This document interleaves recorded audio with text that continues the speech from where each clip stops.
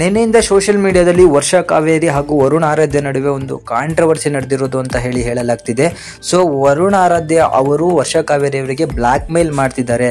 ಅವ್ರ ಹತ್ರ ಇರುವಂತಹ ಅಶ್ಲೀಲ ಫೋಟೋಗಳನ್ನ ವೈರಲ್ ಮಾಡ್ತೀನಿ ಅಂತ ಹೇಳಿ ವರ್ಷಾ ಕಾವೇರಿ ಅವರಿಗೆ ಬ್ಲ್ಯಾಕ್ ಮೇಲ್ ಮಾಡ್ತಿದ್ದಾರೆ ಅಂತ ಹೇಳಿ ಎಲ್ಲ ನ್ಯೂಸ್ ಚಾನೆಲ್ಗಳಲ್ಲಿ ತೋರಿಸ್ತಾ ಇದ್ರು.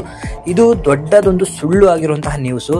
ಯಾಕಂದ್ರೆ ಇದರ ಬಗ್ಗೆ ಕ್ಲಾರಿಟಿ ಕೊಡ್ಲಿಕ್ಕೆ ವರುಣ್ ಆರಾಧ್ಯ ಹಾಗೂ ವರ್ಷಾ ಕಾವೇರಿ ಇಬ್ರು ಕೂಡ ಬಂದಿದ್ರು. ಆದ್ರೆ ಇವತ್ತು ಯೂಟ್ಯೂಬ್ ಅಲ್ಲಿ ವರುಣ್ ಆರಾಧ್ಯ ಅವರು ಇದಕ್ಕೆ ಕ್ಲಾರಿಟಿಯನ್ನ ಕೊಟ್ಟಿದ್ದಾರೆ. ಅದಕ್ಕೂ ಮೊದಲು ಸಿಕ್ಕಾಪಟ್ಟೆ ಹತ್ತಿದ್ದಾರೆ ಅವರು. ಅವರ ಅಮ್ಮ ಹಾಗೂ ತಂಗಿ ಹಾಗೂ ಅವರ ತಂಗಿಯ ಮಗನನ್ನ ನೆನೆಸ್ಕೊಂಡು ಸಿಕ್ಕಾಪಟ್ಟೆ ಹತ್ತಿದ್ದಾರೆ. ಇದಕ್ಕೆ ಒಂದು ಕ್ಲಾರಿಟಿಯನ್ನ ಕೂಡ ಕೊಟ್ಟಿದ್ದಾರೆ. ಆ ಕ್ಲಾರಿಟಿ ಏನಂತ ಅಂತ ಹೇಳಿದ್ರೆ, ವರ್ಷಾ ಕಾವೇರಿ ಅವರು ವರುಣ್ ಆರಾಧ್ಯ ಅವರಿಗೆ ಒಂದು ನೋಟಿಸನ್ನು ಕಳಿಸಿರ್ತಾರೆ. ಸೊ ಪೊಲೀಸ್ ಸ್ಟೇಷನ್ ಇಂದ ಆ ನೋಟಿಸಲ್ಲಿ ಏನಿರುತ್ತೆ ಅಂತ ಹೇಳಿದ್ರೆ, ವರುಣ್ ಆರಾಧ್ಯ ಹಾಗೂ ವರ್ಷಾ ಕಾವೇರಿ ಅವರು 4 ವರ್ಷಗಳಿಂದ ಪ್ರೀತಿಯಲ್ಲಿ ಬಿದ್ದಿರ್ತಾರೆ. ಸೊ ಆ ಪ್ರೀತಿಯಲ್ಲಿ ಇರ್ಬೇಕಾದ್ರೆ ಹಲವಾರು ರೀಲ್ಸ್ಗಳನ್ನು ಮಾಡಿರ್ತಾರೆ, ಒಳ್ಳೊಳ್ಳೆ ವಿಡಿಯೋಗಳನ್ನ, ಲವ್ ಸ್ಟೇಟಸ್ಗಳನ್ನ ಕೂಡ ಮಾಡಿರ್ತಾರೆ.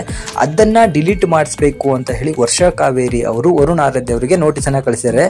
ಇದರಿಂದಾಗಿ ವರುಣ್ ಆರಾಧ್ಯ ಅವರು ನಿನ್ನೆ ಪೊಲೀಸ್ ಸ್ಟೇಷನ್ಗೆ ಹೋಗಿರ್ತಾರೆ. ಅಲ್ಲಿರುವಂತಹ SI ಇವರಿಬ್ಬರ ಫೋನ್ಗಳನ್ನ ತಗೊಂಡು ಅವರ ಎಲ್ಲ ವಿಡಿಯೋಗಳನ್ನ, ಅಂದರೆ ಇಬ್ಬರು ಸೇರಿ ಮಾಡಿದಂತಹ ಎಲ್ಲ ರೀಲ್ಸ್ಗಳನ್ನ ಡಿಲೀಟ್ ಮಾಡಿಸಿದ್ದಾರೆ. ಸೊ ಇಷ್ಟೇ ಒಂದು ಕಾರ್ಯಕ್ಕೆ ಅವರು ಪೊಲೀಸ್ ಸ್ಟೇಷನ್ಗೆ ಹೋಗಿದ್ರು. ಸೊ ಅದು ಒಂದು ನೋಟಿಸ್ ಹೋಗಿತ್ತು. ಸೊ ವರುಣ್ ಆರಾಧ್ಯ ಅವರು ನೋಟಿಸ್ ಬಂದಾಗ ಅದನ್ನು ಡಿಲೀಟ್ ಮಾಡಿರಲಿಲ್ಲ. ಯಾಕಂದರೆ ಅವರು ಕೆಲಸದ ಒಂದು ಪ್ರೆಷರಲ್ಲಿ ಡಿಲೀಟ್ ಮಾಡಿರಲಿಲ್ಲ. ಅದರಿಂದಾಗಿ ಒಂದು ನೋಟಿಸ್ ಹೋದ ಕಾರಣ ಅವರು ಪೊಲೀಸ್ ಸ್ಟೇಷನ್ಗೆ ಹೋಗಿ ಅವನ್ನೆಲ್ಲ ಕೂಡ ಡಿಲೀಟ್ ಮಾಡಿ ಈಗ ಅವರಿಬ್ಬರ ಮಧ್ಯೆ ಇದ್ದಂತಹ ಒಂದು ಕಾನ್ವೊಕೇಶನ್ ಅಥವಾ ಕಾಂಟ್ರವರ್ಸಿ ಏನಿದೆ ಅದು ಮುಕ್ತಾಯಗೊಂಡಿದೆ. ಇಷ್ಟೇ ಒಂದು ಮ್ಯಾಟರ್ ನಡೆದಿರೋದನ್ನ ನಿನ್ನೆ ಮೀಡಿಯಾದಲ್ಲಿ ಇಲ್ಲದೆ ಇರೋ ಒಂದು ಸಿಚುವೇಶನನ್ನು ಹುಟ್ಟಾಕಿ ಅಶ್ಲೀಲ ಫೋಟೋಗಳನ್ನ ಇಟ್ಕೊಂಡಿದ್ದಾರೆ, ವಿಡಿಯೋಗಳನ್ನ ಇಟ್ಕೊಂಡಿದ್ದಾರೆ. ಅವುಗಳನ್ನ ರಿಲೀಸ್ ಮಾಡ್ತೀನಿ ಅಂತ ಹೇಳಿ ಅವರಿಗೆ ಬೆದರಿಕೆ ಹಾಕ್ತಿದ್ದಾರೆ, ಹಾಗೆ ಕೊಲೆ ಬೆದರಿಕೆ ಕೂಡ ಹಾಕ್ತಿದ್ದಾರೆ ಅಂತ ಹೇಳಿ ನ್ಯೂಸ್ ಸ್ಪ್ರೆಡ್ ಆಗಿತ್ತು.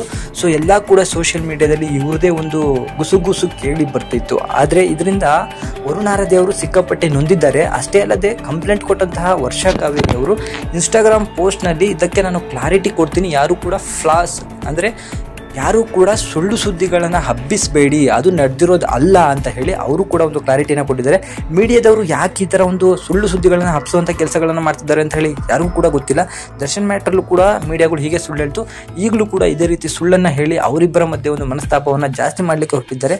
ಸೊ ಕ್ಲಾರಿಟಿಯನ್ನು ಆ ವ್ಯಕ್ತಿಗಳ ಮಧ್ಯೆಯನ್ನು ತಗೊಂಡು ಇದನ್ನು ನೀವು ಬೇರೆಯವರಿಗೆ ಒಪ್ಪಿಸಬೇಕಾಗತ್ತೆ. ಅದಕ್ಕೂ ಮೊದಲು ನೀವು ಹೇಳೋದಂತಹ ಕ್ಲಾರಿಟಿ ನಿಜಕ್ಕೂ ಸರಿ ಇರೋದಿಲ್ಲ.